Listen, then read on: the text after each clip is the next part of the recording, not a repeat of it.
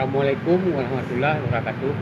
Pada saudara-saudara alun yang nak pak yang nak, baik pun di rumah, baik pun dalam perjalanan, baik pun yang nak di dalam hotel.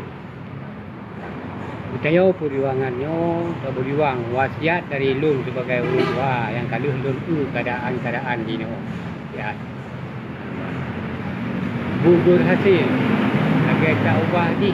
Nah, kata-kata dalam simbol di Tandar Muda Rodi. Do kududa idang senayang bek putus kalau. Tak ka putus bagah tak temong tak habis nyawang tak bela nang gero. Cuman cara tak bela nang gero nyo bek dengan gerbak gerbu, usah geru. Lagi yang kena sang kata jongro review mampu nyan bek ke menan. Yang god dengan secara pelan-pelan, dingin-dingin dengan secara lepi-lepi. Nyan InsyaAllah negeri oleh Allah Ta'ala akan berhasil. Tapi mio dengan secara lagi haba buno kata nak mat dan nak gok-gok dunia-dunia laju kan. Ana beri oleh Allah Ta'ala.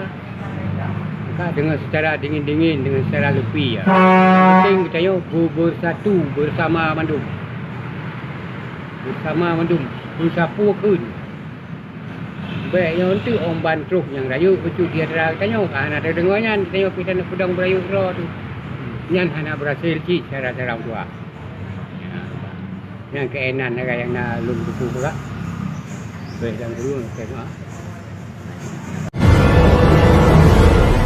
Sebelum lanjut, subscribe, like, dan share dulu channel Bule Aceh Go TV supaya tidak ketinggalan info dan berita-berita lainnya.